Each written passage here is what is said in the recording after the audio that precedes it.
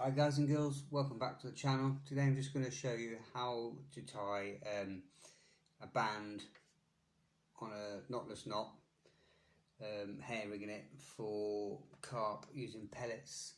And this is how I go about doing it. Today I'm just going to use the Gamakatsu G line in 0.6 or 1/6 diameter, which is pre-stretched line. It's just for demonstration purposes, and that's got a breaking strain of 6.6 pounds. Now, first thing you got to do, or first thing you need, is a pellet band. They come in all different shapes and sizes, micro, medium, small, large. But for the majority of my fishing, I'm going to use sort of small. And that'll do anything from 4, 6, 8, even 10 mil pellet or wafter or whatever you're going to use. So first of all, you obviously need the band,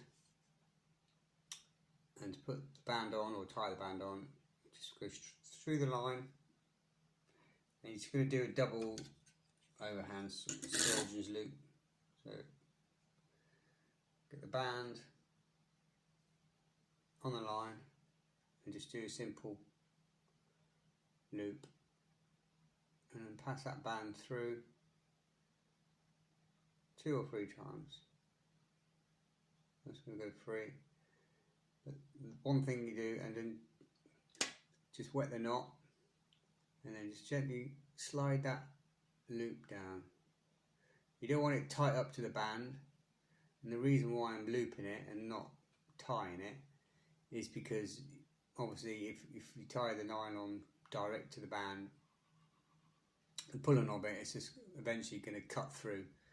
And so this way of doing it, you leave in, I don't know if you can see, you're going to leave a tiny little loop at the end, so that, I'll show you, I'll just gently keep pushing that down, pushing the band back up as much as you can. And just make sure it's damp and you're not going to burn the line. Just push that, and then grab the tag end. It's about as small as I can get it. And that's that. I'm just going to trim that tag end off. Pinch the line just above the knot.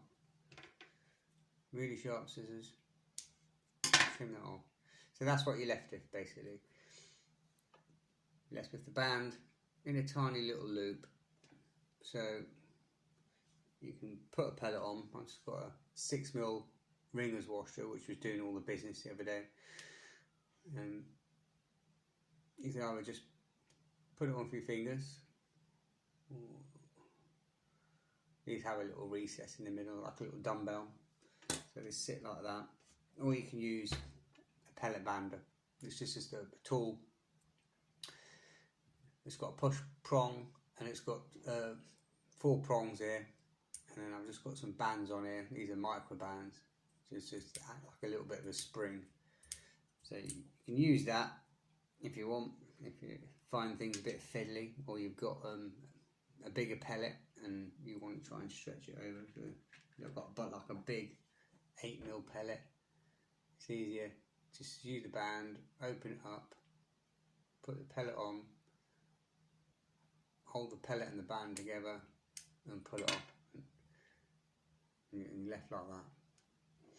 But just for the video, and it's easier to see, and that we'll use the yellow one. But we need to take that off for now, because now we need to tie the hook onto the line, and it's just going to do a simple knotless knot. So I like to pull a bit extra line off, so if we get about 12 inches of line, and it all depends as well, majority of it you're going to be using for the method feeder or pellet feeder or anything like that. I mean, you can use it whatever you want. You can use it for waggler fishing. Again, you need a longer hook length, maybe 12 inches, and on the bomb as well. But just for today, I'll be using this for the method feeder. So I really want as short as hook length that I can get away with. 3 inches, 2 inches if you can tie a 2-inch hook length. but it really needs to be as short as possible, because what you want is the hook as close to the feeder and your bait as possible. So I'm just going to cut off about 12 inches of line.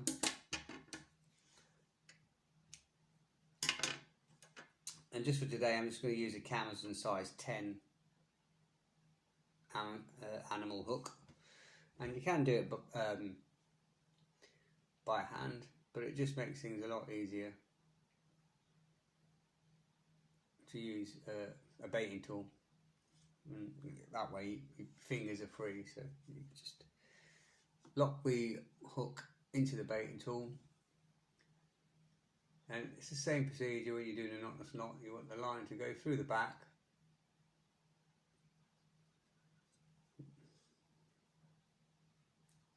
just don't drop it. And the natural light in here is not brilliant today, the normal eye, so it's good. So through the back. Then you want to pull this up, so the band is pretty much going to be just below the bend of the hook. You've got to take into account the pellet as well. And then you want to whip down the shank of the hook as many times as it takes to come level with the hook points. 1, 2, 3, 4, 5, 6, 7, 8, 9. You can hold the line. I like to push it up like that. 10, 11, 12, 13, 14, 15. That's that. And then I'll just do 2 turns back. And then now the line wants to pass back through the back of the eye, the same way it came in, or the same way it went in, wants to go back out again. So just holding that.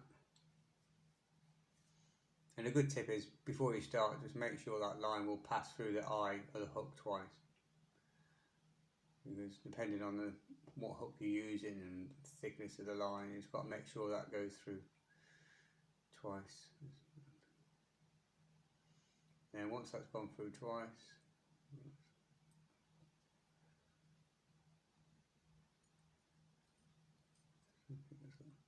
just pull that down and pull it tight. And I'll just release that from the gate. Just make sure that's up to there, and that's what you're left with. So then it's up to you to tie it how long or how short you want. But ideally, for the method feeder, as I say, I really want as short as I can get away with, because it's going to lay in the feeder like so. Probably that's ideal. It just wants to be enough to bend back and go on top of your feed. So it's good to have one of these handy, so you've got a rough idea of where you want to be. Obviously it's going to be tied to a swivel. So again, so a 3-turn surgeon's knot, make a loop, pass it through once, twice, pull it down 3 times,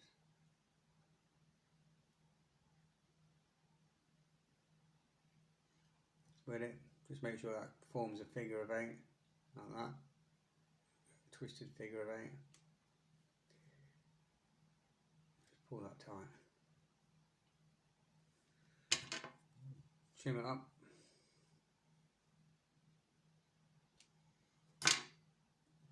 and there you have it. Just attach whatever you want.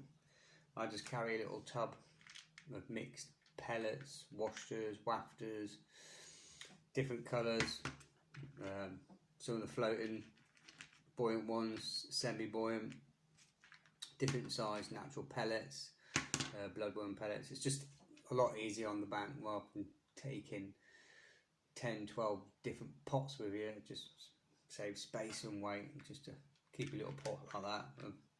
Anything from 4s, 6s, 8s, even a few 10 mils in there, different things. There you have it, on finished hook length.